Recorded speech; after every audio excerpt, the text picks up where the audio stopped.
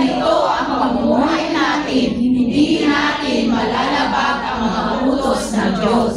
Ikinaawa ng mga nagkakaisto ang pagdanasa at masamang hangarin ng kanilang naman doon sa krus. At dahil na namumuhay na tayo sa kapangyarihan ng banal na Espiritu, magpatuloy tayo sa patnubay nito. Huwag tayo maging mapagmataas, huwag nating galitin ang ating kapwa at iwasan ang inggitan. Amen. Grabe preaching na po yun eh. I don't have to say anything to explain po, no? Grabe, clear na clear po. This is the life of the Spirit. It details you talaga. Talaga pong wala tayong excuse na sabihin na, ay, ang hirap eh.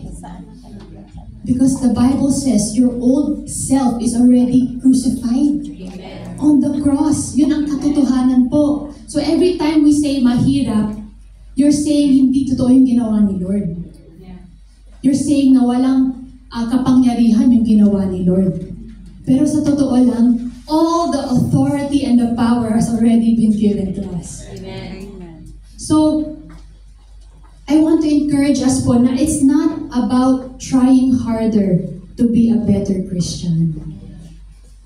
Jai, can you go to that English and verse word there? It's not about trying harder to be a better Christian.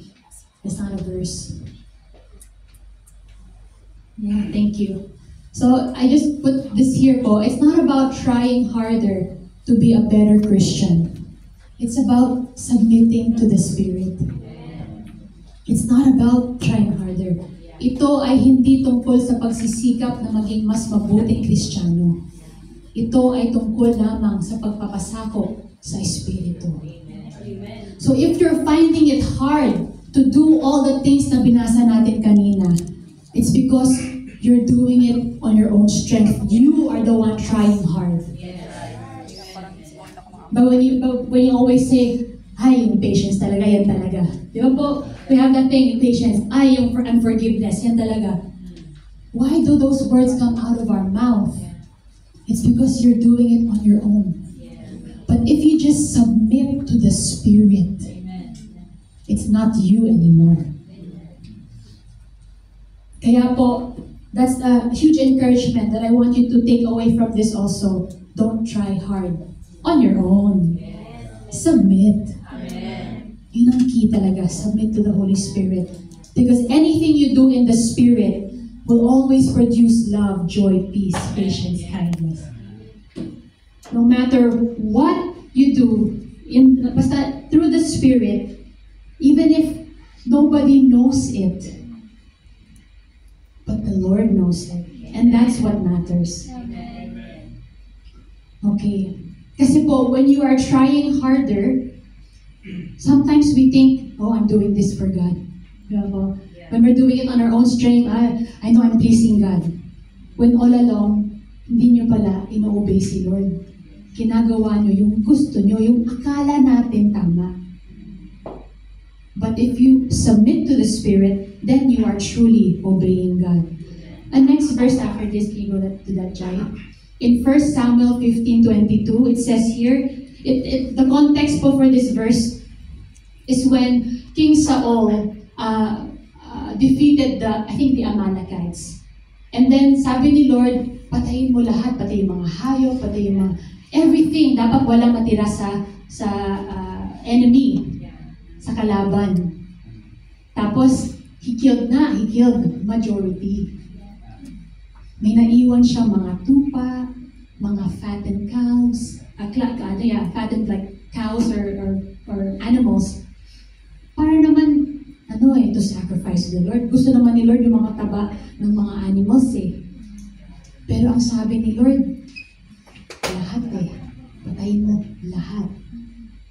And this is what Samuel the prophet said to King Saul. Sabi niya, and Samuel said, has the Lord as great delight in burnt offerings and sacrifices as in obeying the voice of the Lord? Parang saying like, does God actually like burnt offerings more than your sacrifice? More than your obedience?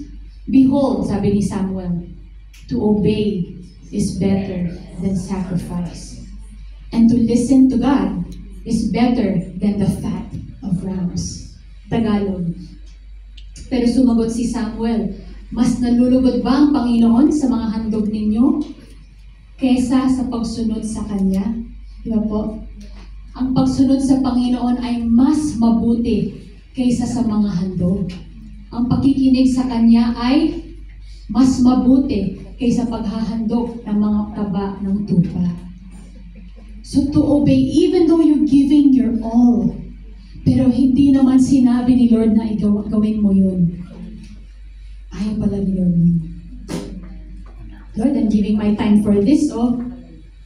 I'm giving my effort for this, my resources for this, because I know this is what I think is good. When the Lord all along was like, hey anak, I want you to do this. Can you imagine all the time, resources spent on this, yung pala hindi. Hindi pala ito ang gusto ni Lord. To obey is better than sacrifice.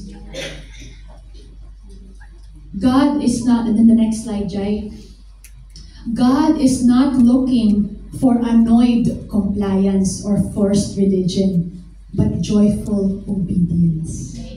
Ang Diyos ay hindi naghahanap ng inis na pagsunod o sa pilitang relihiyon, ngunit masayang pagsunod.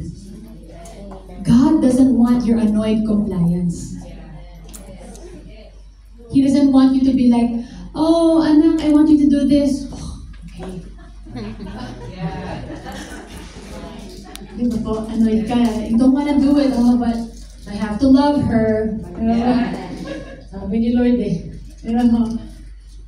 I don't know what everyone's going through, you know. But in you yourself would know if there are things that God wants you to do, but you're finding it a little bit hard. Anak, give up mo yan. Lord, dream ko to eh. I really want to surf. Small, I don't know what that. I want to do many things. But the Lord's like, anak, give it up. Sige na nga, Lord.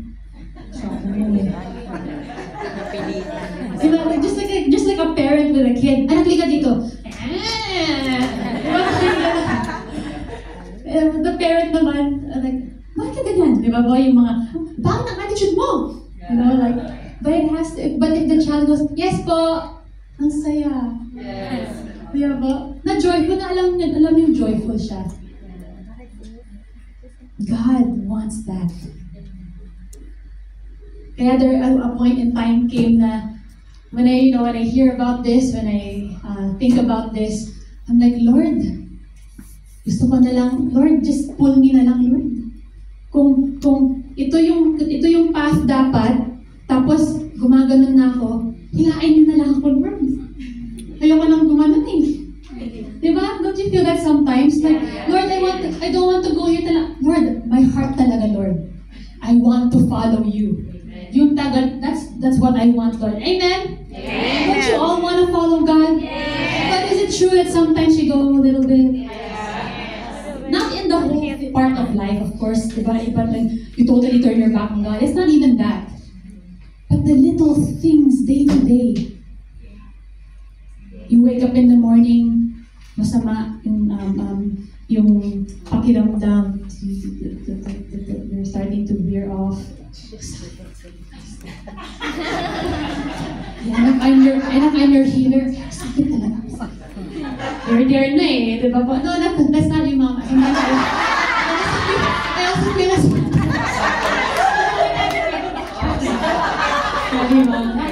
diba who was sleeping sometimes? Diba po?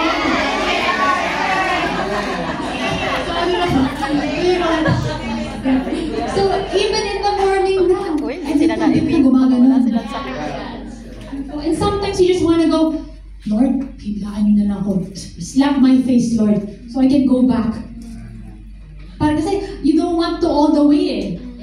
You want something to stop you para.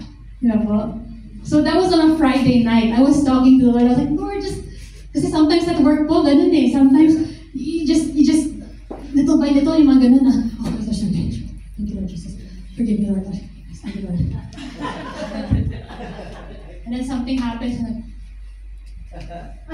and then maybe 10, 15 minutes later, I Lord, sorry. Lord, not again. I will not do that again, Lord. Jesus. I will not think that about that person again. No, Jesus. And then, 1 hour later,